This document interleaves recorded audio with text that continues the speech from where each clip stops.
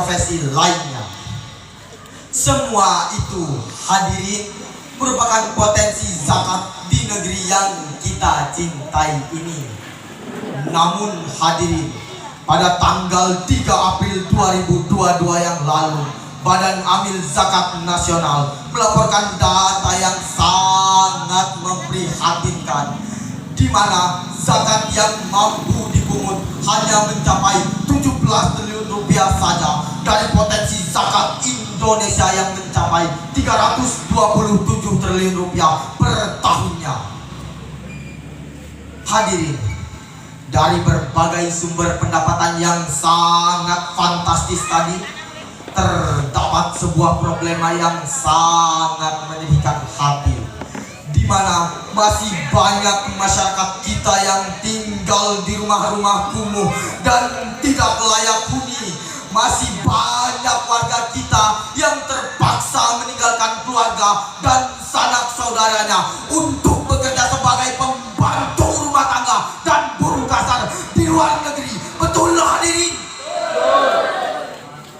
Bahkan hadirin, pada bulan Maret 2022 yang lalu, Badan Pusat Statistik Nasional melaporkan data yang menyatakan bahwa penduduk miskin di Indonesia mencapai 26,16 juta jiwa. Potret ini sungguh sangat memilukan, memalukan, dan menyedihkan hati. Telah terjadi di negeri yang banyak sumber rezeki untuk berbagi. Prihatin kami dengan kondisi tadi, maka izinkanlah kami pada kesempatan ini membawakan sebuah syarahan dengan judul efektivitas pengelolaan zakat produktif dalam upaya mensejahterakan umat, dengan landasan normatif kitab suci Al-Quran surah At-Taubah ayat 103 berikut ini.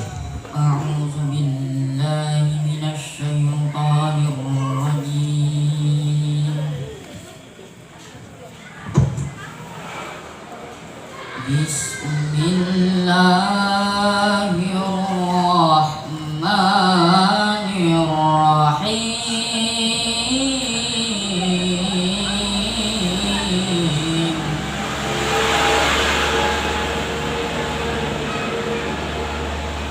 Khudh min amwalihim sadaqatan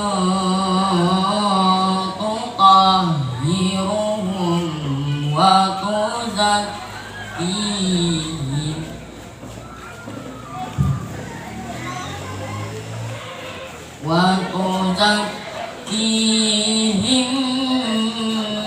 biha wa salli alaihim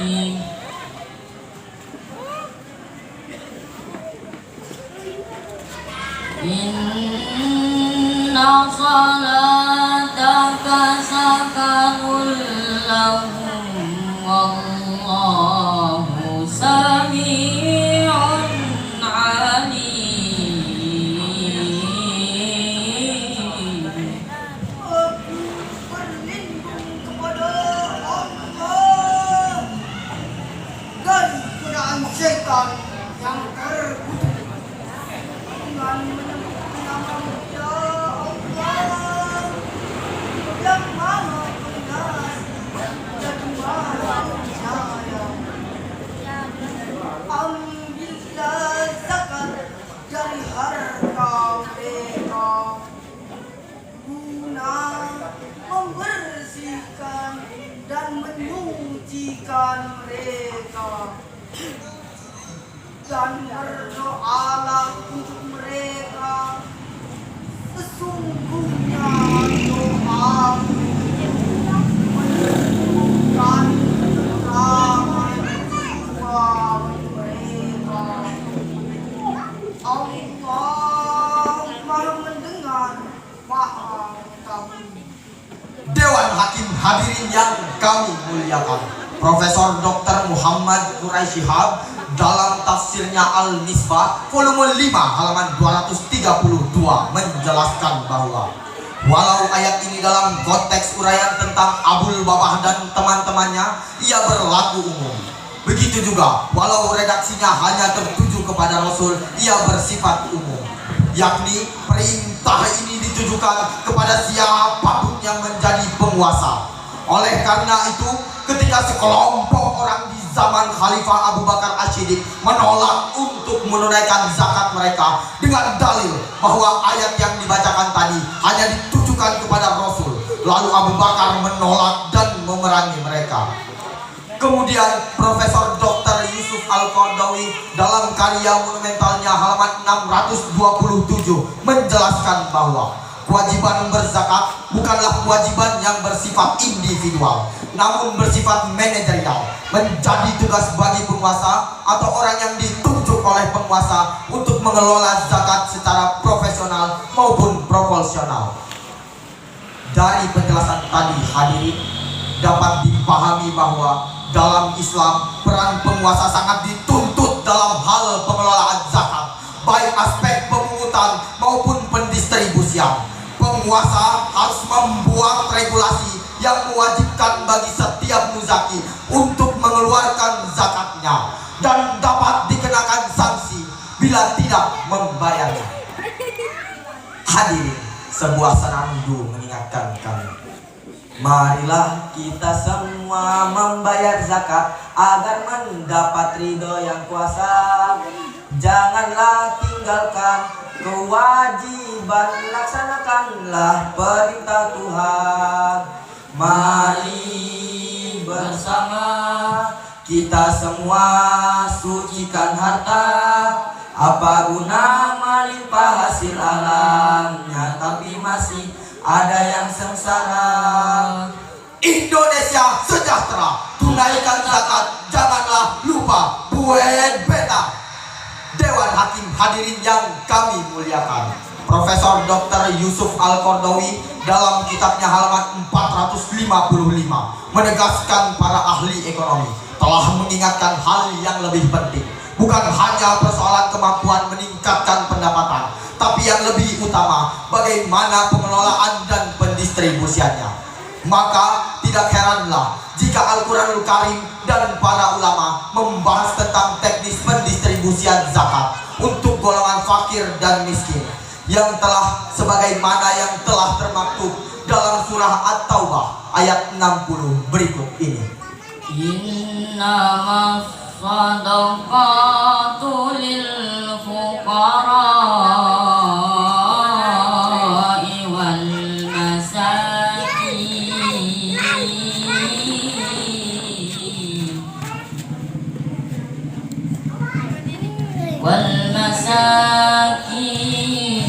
wal 'amilina 'alaiha wal mu'allafati qulubuhum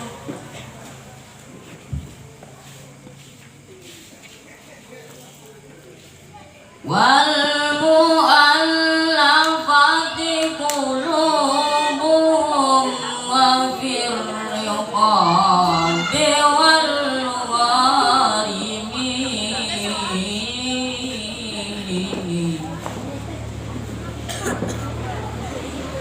wal gharimina wa fi sabilillahi wa ibnis sabil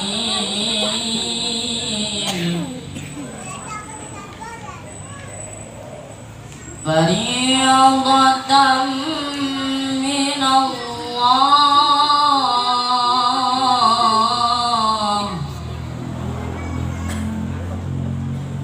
wallahu alimun hakim.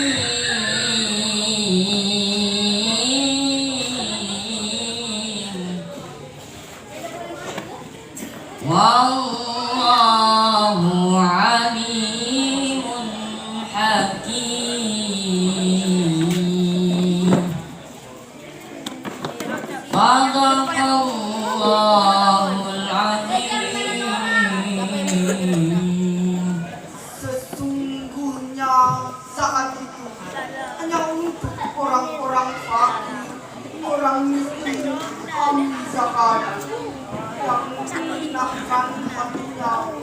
Allah untuk memerdekakan harta-harta, untuk membebaskan orang yang berhutang, untuk jalan Allah, dan untuk orang yang sedang dalam perjalanan. Wahai kewajiban Allah, Allah Maha Mengetahui, Maha Bijaksana, Maha Benar Allah atas segala firman-Nya. Dewan Hakim hadirin yang kami muliakan, Profesor Dr. Muhammad Quraisy Shihab dalam tafsirnya Al-Misbah volume 5 halaman 141 menjelaskan bahwa ayat yang dibacakan tadi merupakan dasar pokok menyangkut dengan kelompok-kelompok yang berhak menerima zakat dan tidak boleh diberikan kepada selain mereka. Karena pada ayat tadi terdapat kata innama yang dalam ilmu ma'ani merupakan salah satu adatul qasri yang berfungsi mengspesifikasikan. Pertanyaan penting selanjutnya hadirin, bagaimana pendayagunaan zakat yang ideal untuk golongan fakir dan miskin? Kembali Al-Qaradawi dalam kitabnya halaman 573 sampai 576 menjelaskan bahwa para ulama fikih secara garis besar memiliki dua pandangan terkait pusaran zakat yang diberikan. Pertama, diberikan secukupnya secara makruh tanpa ada batasan tertentu. Kedua, diberikan dengan batasan tertentu. Selanjutnya, Imam An-Nawawi dalam kitabnya Al-Majmu' Sahrul Muhadzab jilid 6 halaman 193 sampai 196 menjelaskan bahwa para ulama mazhab Syafi'i berpendapat untuk golongan fakir dan miskin, zakat yang diberikan harus mampu mengeluarkan mereka dari kemiskinan kepada kemapanan. Secara lebih rinci, Imam An-Nawawi menambahkan, para ulama mazhab Syafi'i berpendapat untuk golongan fakir dan miskin yang mempunyai skill dalam bekerja, maka akan diberikan modal untuk membeli perlengkapan bekerja mereka. Begitu juga untuk golongan fakir dan miskin yang mempunyai talenta dalam berbisnis, maka akan diberikan modal secukupnya untuk bisnis mereka. Namun hadir, kita juga tidak menutup mata apa yang selama ini telah dilakukan oleh Badan Amil Zakat Nasional memproduktifkan penyaluran zakat, sebagaimana yang telah disampaikan oleh Bapak Nur Ahmad, Ketua Basnas Pusat, bahwa lembaga Amil Plat Merah ini telah membuat program Zakat Community Volleyfund yang berbasis komunitas, Zakat Mal, Yang berorientasi pada usaha kecil, Zakat Auto yang bergerak pada sektor perbengkelan, dan zakat untuk ketahanan pangan. Dewan Hakim hadirin yang kami muliakan, dari syarahan kami tadi dapat disimpulkan bahwa Indonesia memiliki potensi zakat yang sangat fantastis. Namun kuantitas yang mampu dipungut masih sangat rendah. Kedua, peran penguasa sangat dibutuhkan dalam hal pemungutan zakat, baik secara profesional maupun proporsional. Ketiga, kita sebagai masyarakat muslim yang sadar zakat, siogianya mengimplementasikan pendayagunaan zakat produktif dalam upaya mensejahterakan umat, sehingga yang fakir dan miskin akan keluar dari status mustahik zakatnya dan pada akhirnya akan menjadi seorang muzaki yang pada akhirnya akan membuka banyak lapangan pekerjaan. Itulah contoh model pendayagunaan zakat yang ideal di era ini. Lebih dan kurangnya kami mohon maaf. Sebelum kami tutup, maka izinkanlah kami pada kesempatan ini membawakan sebuah pantun. Kalimantan Timur banyak orang berbakat. Mari kita evaluasi pendayagunaan zakat agar umat makmur sejahtera. Assalamualaikum warahmatullahi wabarakatuh.